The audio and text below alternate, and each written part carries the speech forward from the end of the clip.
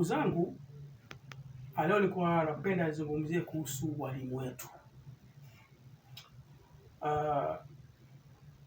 Walimu hasa wa shule hizi za serikali, kusema kweli, wanatakiwa waongezewe muda wa mafunzo.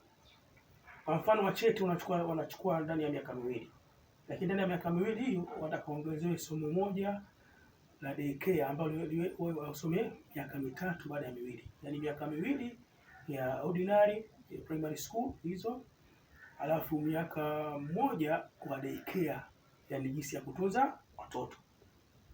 Kwa maana gani nasema hivyo? Nasema wafundishwe daycare ili walau wawe na mapenzi na watoto, wafundishwe jinsi ya kuwapenda watoto, kwa sababu haiwezekani mwalimu akawa anamchapa mtoto mpaka fimbo 9 tena kwenye mgongo. Mwalimu anampiga mateke mtoto 10, kisha anachukua kiroba cha taka cha darasa anamfinika nacho usoni.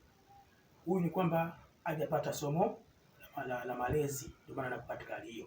Walikuwa naomba serikali iwape na somo la malezi, yaani kuna mwaka wa 3 wa somo la malezi. Na pia alikuwa naomba serikali, kwa sababu mwalimu ni mtu pia ana kasoro zake, si kama ni malaika. Kwa hiyo kabla ya kuajiriwa, alikuwa anaishauri serikali wapimwe akili, walimu wapimwe akili kama kweli wako sawa, maana watu ambao tunawakabidhi watoto wetu. Kwa hiyo huwezi kujua katika kichwa cha mtu ana matatizo gani, lakini umempa ajira.